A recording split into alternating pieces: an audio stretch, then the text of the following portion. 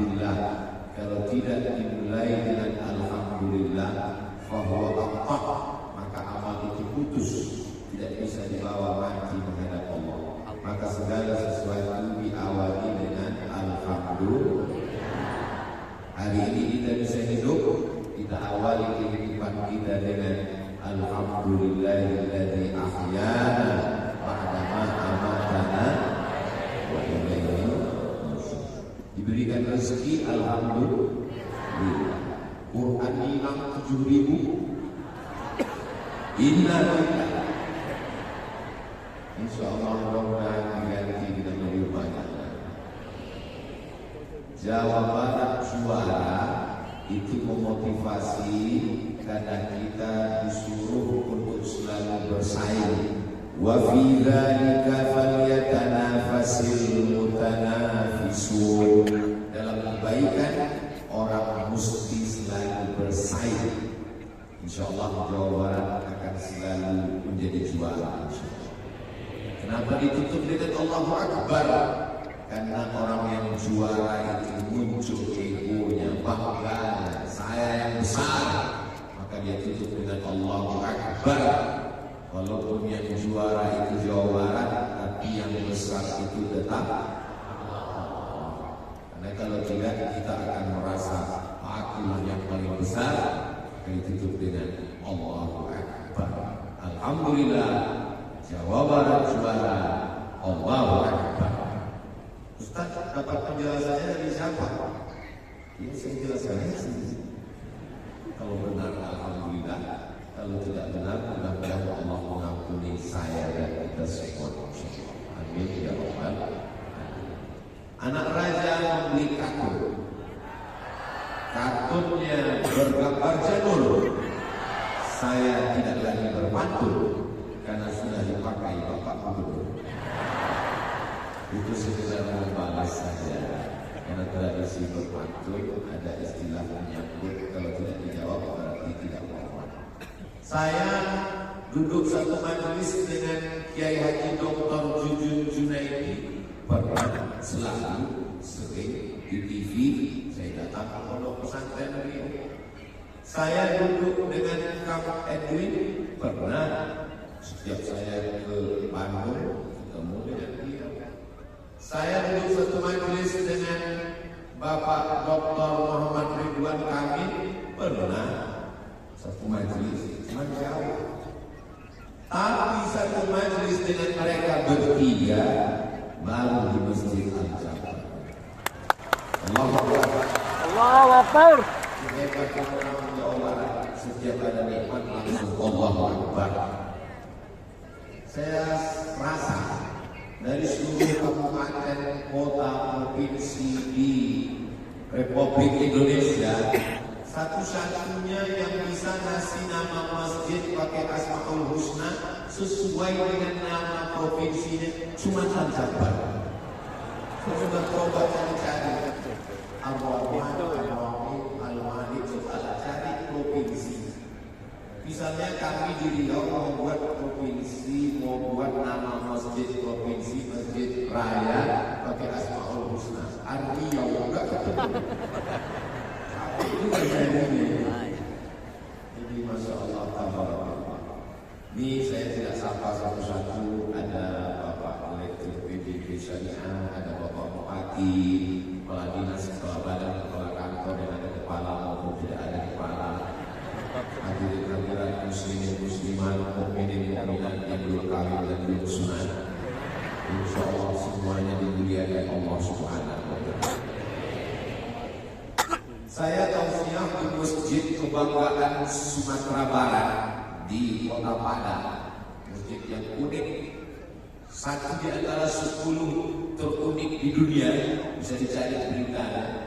Dan itu yang menggambar, yang mendesain adalah Kang Emil, Bapak Dr. Haji Ridwan.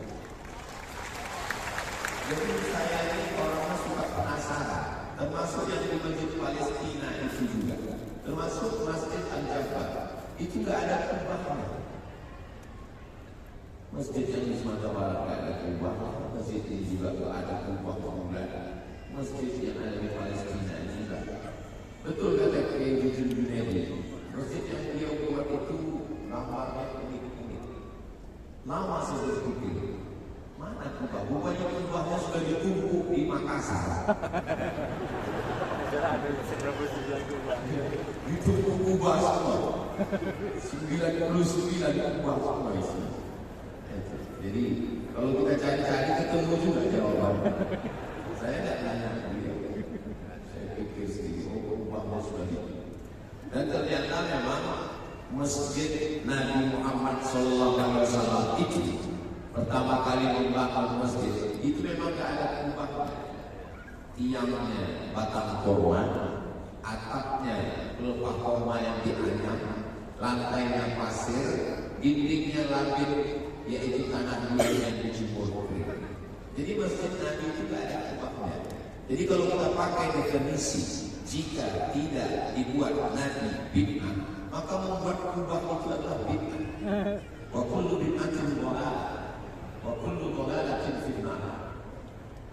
Jadi bid'ah yang paling besar yang masjid kubah 99 itu. Jadi arsitektur Islam itu mengalami perkembangan yang luar biasa dengan perjalanan umat Islam. Ketika Islam sampai ke Mesir, dibawa oleh seorang gubernur bernama Amr bin As, menyeberangi Laut Merah sampai ke kota Fustat. Disitulah makam Imam Syafi'i sekarang yang berubah menjadi kota Al-Qahirah. Orang Barat susah menyebut Al-Qahirah, disebut dengan Kairo. Maka mereka melihat di pantai laut Mediterania itu ada tempat api. Tempat api itu bahasa Arabnya manara. Satu tiang di tepi pantai samudra Mediterania. Kota itu didirikan oleh seorang laki-laki yang gagah perkasa bernama Alexander the Great. Maka kota itu diberi nama Alexandria. Jadi kalau saya membuat satu kota itu disebut namanya Somalia. Alexandria ini kota didirikan Alexander the Great 200 km dari Kairo. Yang nggak percaya berangkat ukur sendiri. Maka di situ ada tiang tempat api di tepi laut supaya bahtera di tengah malam yang mendarat tahu bahwa sudah dekat kota. Kita menyebutnya mercusuar, dan orang Arab menyebutnya manara. Ketika Islam sampai, umat Islam melihat bahwa ini bagus sekali. Ini bagus sekali menara ini. Akhirnya diangkat, diletakkan di samping masjid, apinya dibuang. Maka jadilah tiang menara tempat azan. Muazzinnya naik ke atas mengumandangkan azan. Jadi membuat menara itu bid'ah, karena Nabi tidak buat. Apalagi menaranya di dalam masjid, banyak sekali menara. Yang ternyata ini bukan tempat api, tapi tempat angin. Ini AC ya. AC tidak perlu lebih dari atas kepala, cukup dari bawah supaya dingin dan hemat energi 25%. Bisa tahu dari mana? Ada kata sambutan kan yang bilang. Artinya apa? Bahwa arsitektur itu diatur oleh Nabi. Antum a'lamu bi umuri duniakum. Masalah dunia kamu lebih tahu. Dulu bila itu azannya di atas satak atap rumah. Karena atap rumah mereka tidak begini, karena tidak ada hujan lebat. Datar saja rumah orang Arab. Naik bila ke atas. Tapi begitu ada tempat yang lebih tinggi, apinya dibuang, muazzinnya naik ke atas, berkumandang azan, suara lebih menggelegar. Nabi tidak mengatur masalah bangunan. Selama dia baik, silakan. Ketika Islam sampai ke Bizantium diambil dari nama salah seorang kaisar Bizanti, maka disebut kekuasaan itu Bizantium. Tradisi mereka membuat atap dengan tiang melengkung. Tiang yang biasanya lurus dibuat melengkung. Dengan tiang melengkung itu manfaatnya tidak ada tiang di tengah yang memutus soft, sehingga umat Islam melihat ini bagus sekali. Akhirnya dijadikan kubah yang pada awalnya tidak ada Masjid Nabawi itu pakai kubah. Ketika Islam sampai ke Bizantium, ke Romawi, ke Eropa, kalau kita lihat bangunan masjid yang dirubah oleh Muhammad Al-Fatih, yang sebelumnya bangunan yang didirikan oleh Kaisar Konstantin, kota itu bernama Konstantinopel. Konstantin menaklukkan kota itu saat umurnya 21 tahun. Begitu juga dengan seorang panglima perang, Khalid bin Ziyad, menyeberang menundukkan Eropa, umurnya 20-an tahun. Usamah bin Zaid ketika diangkat dari menjadi panglima perang, umurnya 18 tahun. Usamah bin Zaid menjadi penakluk 18 tahun. Muhammad Al-Fatih menjadi penakluk 21 tahun. Kamu umurnya berapa? 22. Hampir sudah takluk hatinya. Ini yang di hadapan saya ini adalah para penakluk-penakluk semua. Amin. Alhamdulillah, Jawa Barat juara. Allah Akbar. Itu mesti. Nanti siapapun yang nanya ketemu di jalan itu Jawa Barat. Mana agama? Alhamdulillah, Jawa Barat juara. Allah Akbar. Saya ke Mahkamah itu lama juga tak paham. Dari sejak di Mesir dulu, saya di rumah, satu rumah sama orang Jawa Barat. Awal-awal tahu Mahkamah dia dari dia. Cuma dulu saya selalu salah kalau susah saya bedakan antara damang dengan kahar. Jadi kalau rumah adalah sama damang dan ini awal-awal sekarang agak lancar. Tapi jawabannya baru tahu. Dulu kalau ditanya, aku mohon Sami-Sami. Sami itu nama anak saya.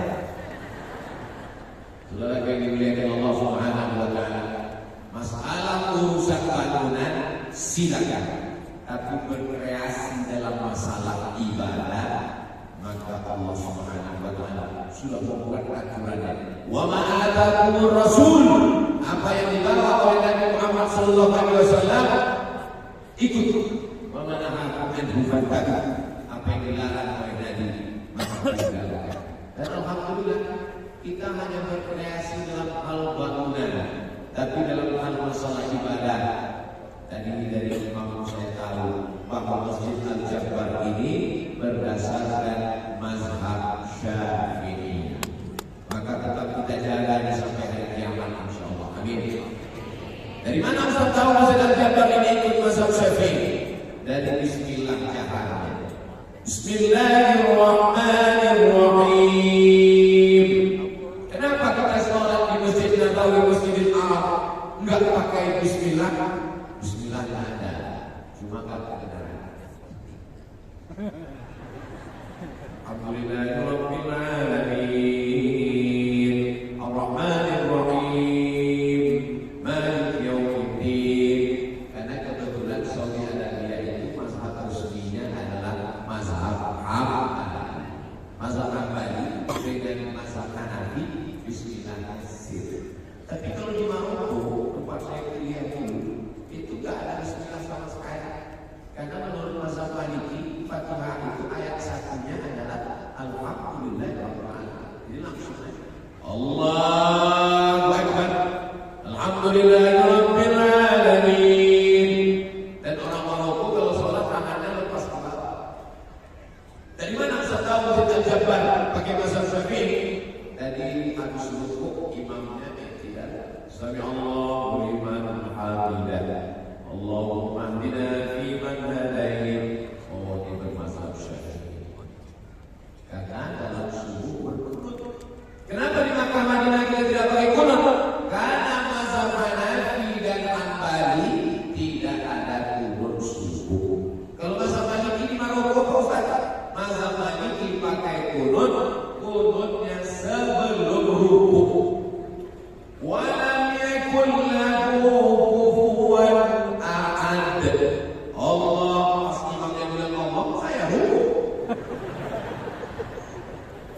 Rupanya maksud imam Allahumma hdina fi man hadait.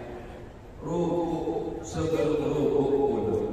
Saya 2 tahun belajar mazhab Maliki di Maroko. Guru-guru saya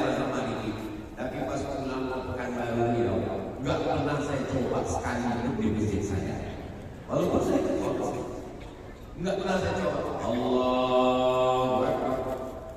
Alhamdulillahirabbil alamin. Kemudian habis wa lam yakul lahu kufuwan ahad. Allahumma hdina. Ini kan masih ahli sunnah. Iya. Kenapa Ustaz enggak pakai? Apa Ustaz takut diganti jadi ketua masjid? Saya tak pakai. Saya khawatir kalau saya sholat pakai mazhab Maliki di masjid saya. Allahu Akbar. Alhamdulillahirabbil alamin. Langsung jamaah habis selesai.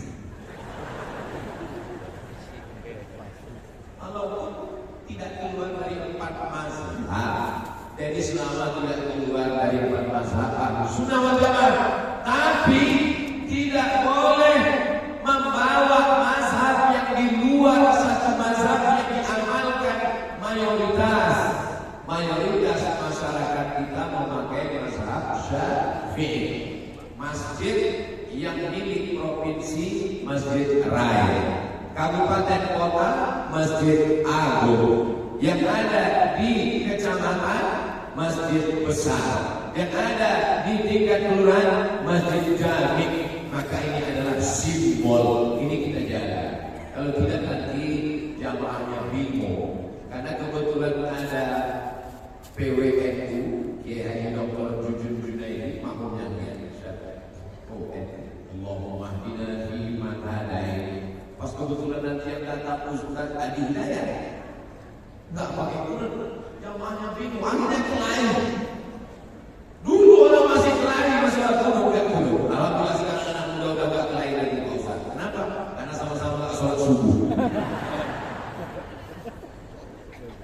Jadi untuk mengangkat khilaf ini bagaimana caranya? Al-hakim yarfa'ul khilaf. Pemimpin ulil amri mengangkat khilaf. Kalau diserahkan kepada masyarakat bingung. Maka pemimpin menetapkan kita pakai mazhab Syafi'i. Tapi ada masjid pondok pesantren, ada masjid ormas, ada masjid yang dimiliki pribadi. Silakan pakai mazhab masing-masing. Saya nggak nyaman di masjid pesantren itu Pak Ustaz. Kenapa? Nggak sesuai dengan saya. Ya salah kamu sendiri. Carilah masjid yang sesuai dengan kamu. Ini penting untuk mengatasi masalah-masalah khilafiyah yang terjadi. Inti substansi dari yang saya sampaikan ini adik-adik paham kan? Memang kalau belum sarapan sulit kan? Nah, saya tanya adik-adik itu, kenapa bapak-bapak insya Allah? Saya nggak yakin juga paham. Oke, insya Allah paham. Masjid kita ini jamaahnya 40.000. Allahu Akbar. Kajian insan kamil biasa dilaksanakan duha.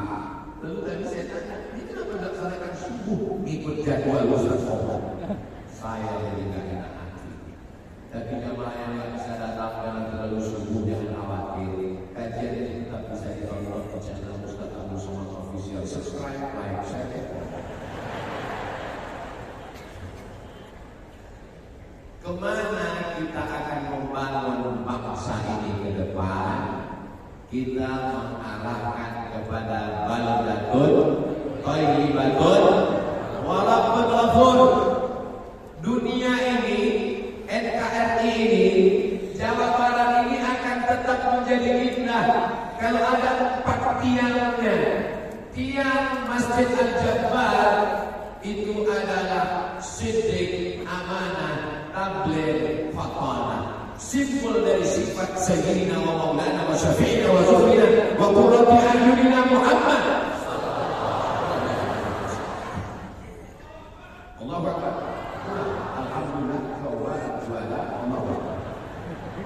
Kalau di tempat lain cukup takbir Allahu Akbar, tapi kalau di Al-Jabbar mesti alhamdulillah juara Allahu Akbar. Saya khawatir ini pindah provinsi lain saya bawa juga jawabannya.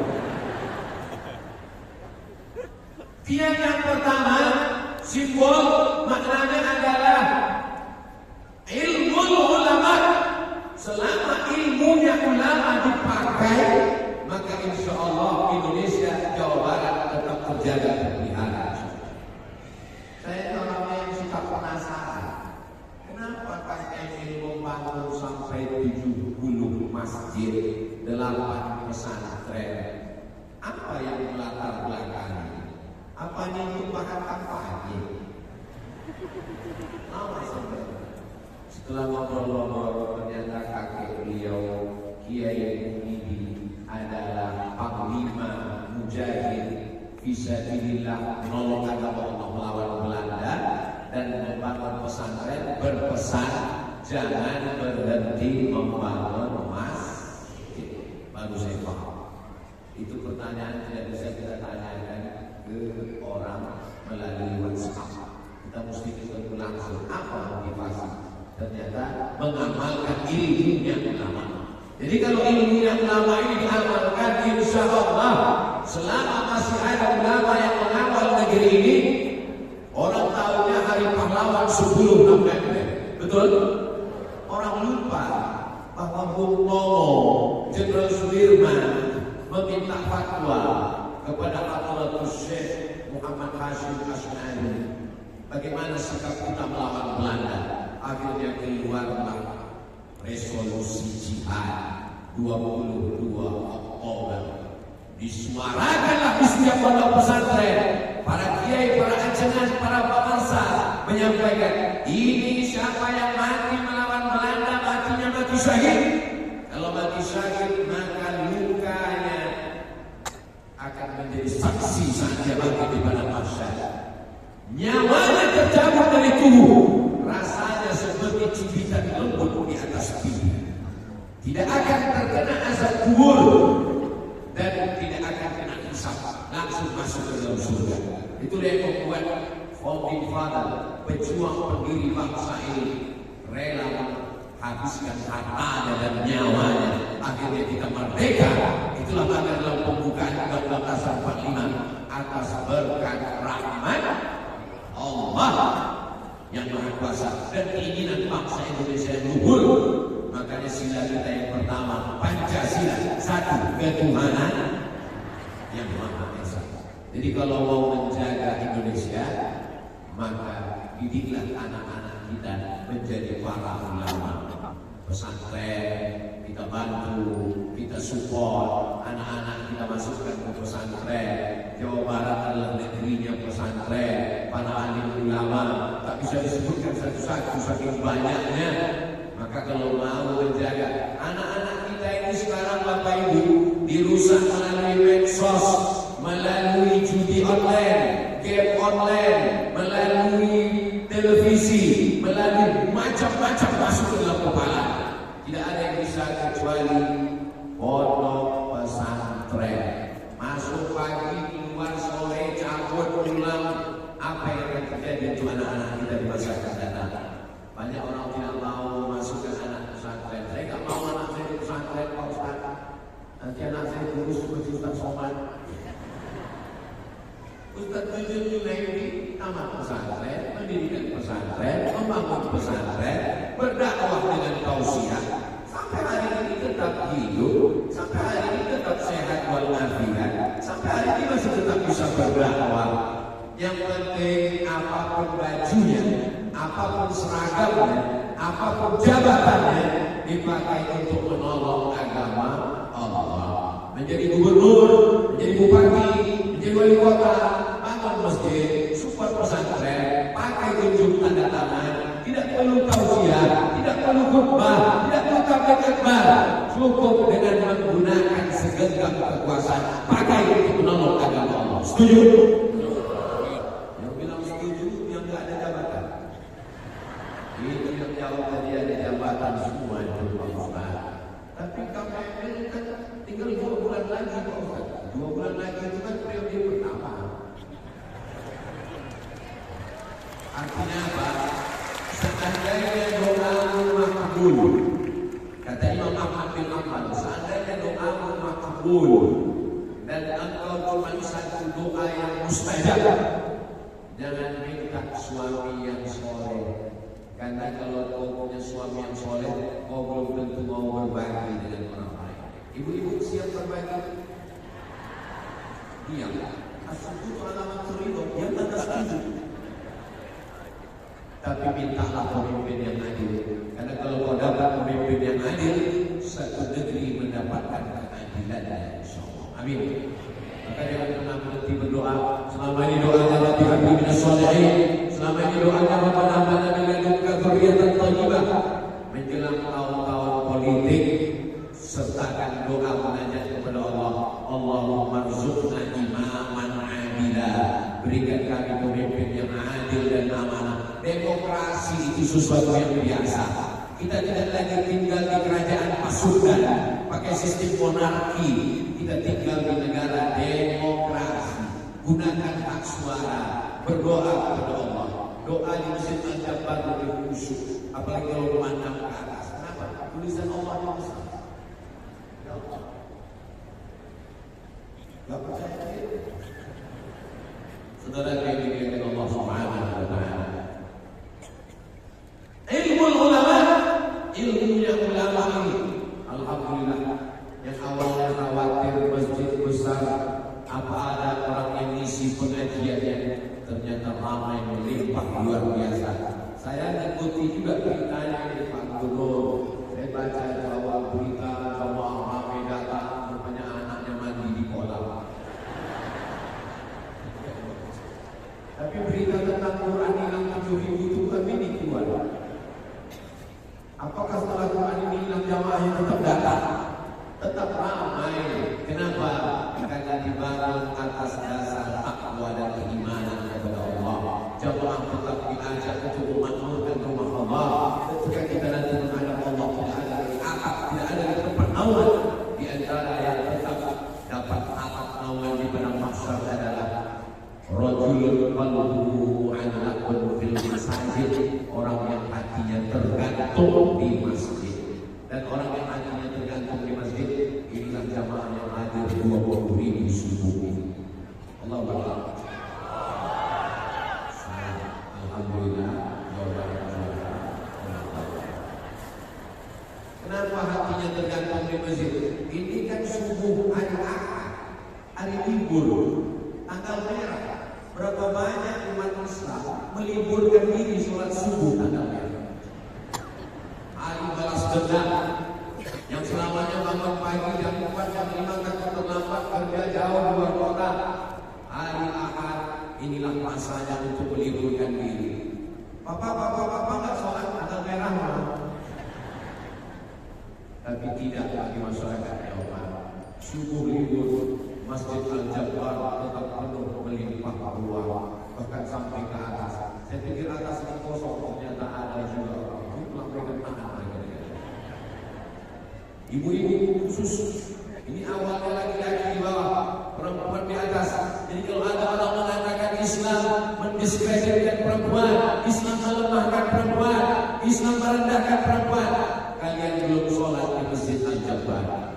Ketika kalian di Al-Jabbar baru kalian tahu bahwa perempuan letaknya di atas, harkat, martabat, kehormatan dirinya dijaga. Kalau ada saudari-saudari saya perempuan dari Sabang sampai Papua merasa direndahkan oleh suaminya, merasa dilecehkan oleh suaminya, merasa diinjak-injak oleh suaminya, ingin merasa tinggi dihormati, datang ke Masjid Al-Jabbar, naiklah ke atas. Nanti kau lihat suamimu di bawah. Jadi arsitektur juga mesti ada pemahaman keislaman. Di mana posisi perempuan? Ada yang membuat posisi perempuan dimasukkan ke dalam kamar. Karena baginya perempuan lebih baik di tempat yang tertutup, tidak boleh ada sama sekali. Padahal ada hadis lain, la tamna'u ima Allah masajidallah. Jangan larang perempuan ke masjid. Kalau tak boleh perempuan ke masjid, untuk apa ada pintu babul nisa? Ini babul baqi karena mengarah ke makam baqi. Habis itu babu Jibril, karena itu pintu malaikat Jibril masuk. Setelah babu Jibril, babul nisa. Dulu kalau ada laki-laki lewat di situ, dicampur sama Umar bin Khattab. Gak boleh masuk dari pintu babul nisa. Sekarang bisa masuk kok? Gak bisa juga, karena itu musrawah, dikawal sama polisi. Kalau mau cuma masuk aja. Jadi perempuan boleh ke masjid? Boleh, dengan syarat dan ketentuan berlaku.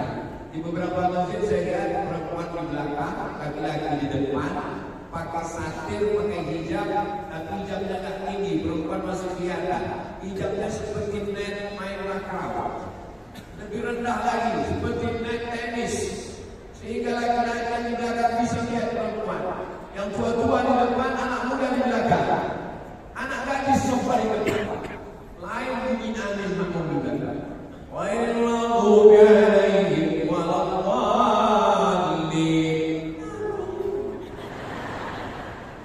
Itu tidak terjadi di Masjid Al-Jabbar. Kenapa? Karena perempuan di atas, yang bawah ini tidak melihat perempuan, tapi perempuan bisa melihat ke bawah. Itu pun yang mereka lihat tengkuk sama kepalanya, yang mereka lihat utuh sempurna hanya Ustaz Abu Sunnah. Saudara yang dimuliakan Allah Subhanahu wa taala, ilmunya ulama dipakai. Yang kedua, adlul umara, keadilan pemimpin. Semua kabupaten kota mesti ada jatahnya di masjid ini. Berapa kabupaten kota?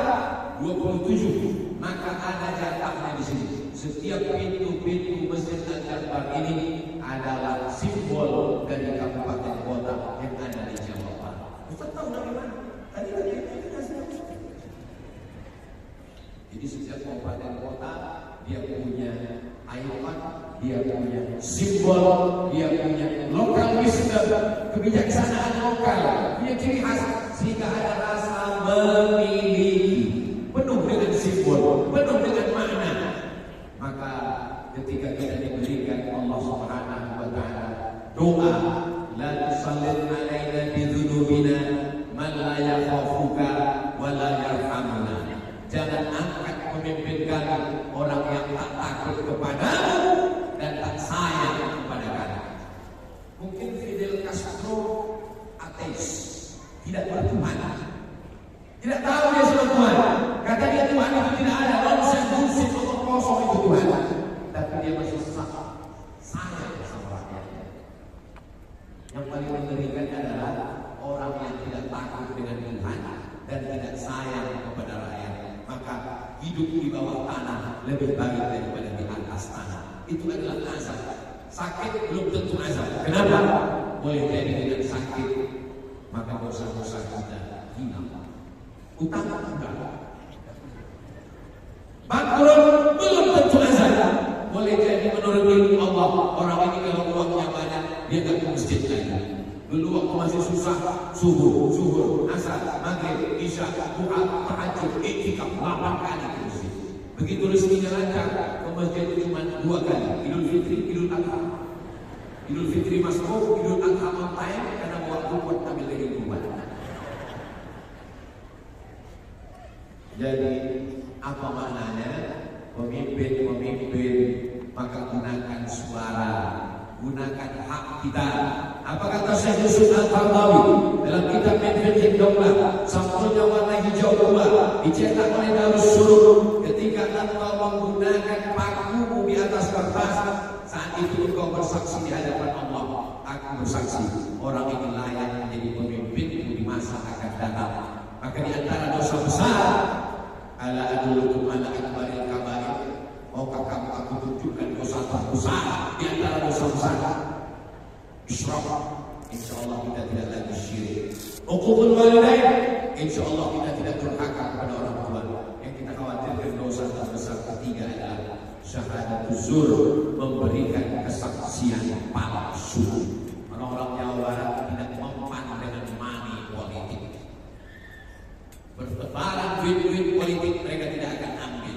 Kalau ada yang ngasih 50.000, kami tidak akan mengambil. Kalaupun ambil duitnya, jangan pilih orangnya. Setuju?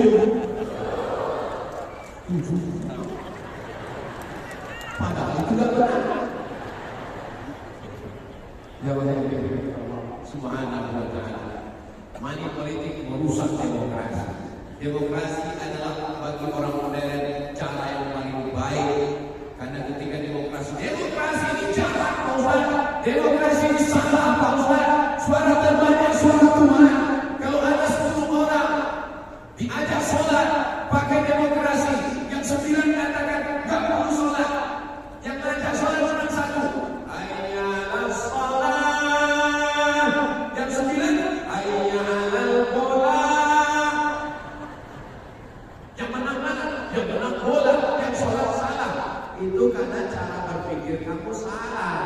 Karena demokrasi kamu pahami 9 bola 1 sholat. Kalau yang 10 ini dimasukkan ke pesantren, dididik, ikut pengajian di pesantren, memang iklan itu sudah ada. Diajak pengajian keadaban, akhirnya mereka menjadi orang baik. Maka yang 9 mengatakan hayya 'alas shalah, yang 1 hayya 'alal bola. Maka orang sholat dulu baru main futsal. Betul? Jadi yang salah bukan demokrasinya, tapi orangnya. Ini sebagai salah satu mekanisme cara memberikan inspirasi, aspirasi suara kita.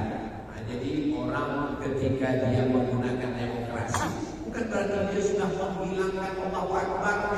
Sekarang ini dibagi jadi 2. Siapa yang mengatakan Allahu Akbar, berarti dia kaum religius yang tidak nasionalisme. Siapa yang mengatakan merdeka, berarti dia orang nasionalisme yang tidak religius. Ini yang bagi ini siapa? Tidak ada pembagian seperti itu. Karena negeri ini dimerdekakan oleh orang yang religius sekaligus nasionalisme. Hubbul watan minul iman. Kalau tidak hubbul watan, tidak berjuang, ulama dibuang sampai ke Cape Town, Afrika Selatan. Siapa namanya? Syekh Yusuf Al-Makassari, Tajul Khalwati. Tarekat kedua, yang pertama Khalwati, Khalwatiyah, yang kedua adalah Syafa'iyah. Dibuang dia ke Ceylon. Belanda tidak suka dengan orang tarekat. Orang tarekat itu apa? Cuma zikir aja. Allah, Allah, Allah, Allah, Allah, Allah. Orang tarekat dengan zikir Allah, Allah, Allah. Itulah dia katakan mati. Dibuang karena dia akan membangkitkan semangat jihad melawan Belanda. Dibuang ke Ceylon, sampai di Ceylon dia tetap berdakwah. Orang Ceylon masuk Islam. Dibuang ke Afrika Selatan, Nelson Mandela memberikan penghargaan. Maka ada satu kampung Melayu yang ada di Cape Town, Afrika Selatan. Bukti bahwa mereka berdakwah, mengajak ke jalan Allah Subhanahu wa Ta'ala. Atas doa para ulama, maka bangkitlah negeri ini. Siap jaga NKRI? Siap jaga Jawa Barat? Siap jaga Bandung? Takbir! Allahu Akbar. Jawa Barat juara, alhamdulillah. Balik Pak. Cuma tes jamaah. Yang ketiga, Safaul Almiyah. Yang menara yang ketiga Masjid Al-Jabbar adalah orang-orang kaya yang dermawan, yang mampu bangun masjid dengan hartanya, bangun. Yang mampu bangun masjid dengan tanda tangannya, bangun. Yang mampu bangun masjid dengan tabligh akbarnya, bangun. Tapi kalau peletakan batu pertama, jangan ajak sesuatu. Tapi kalau pemecatan mall, tabligh akbar, pengguntingan kita, silakan. Berikut ini peresmian masjid pengguntingan berita oleh Ustaz Abdul Somad. Peletakan batu pertama, gak nama. Ini semua anak-anak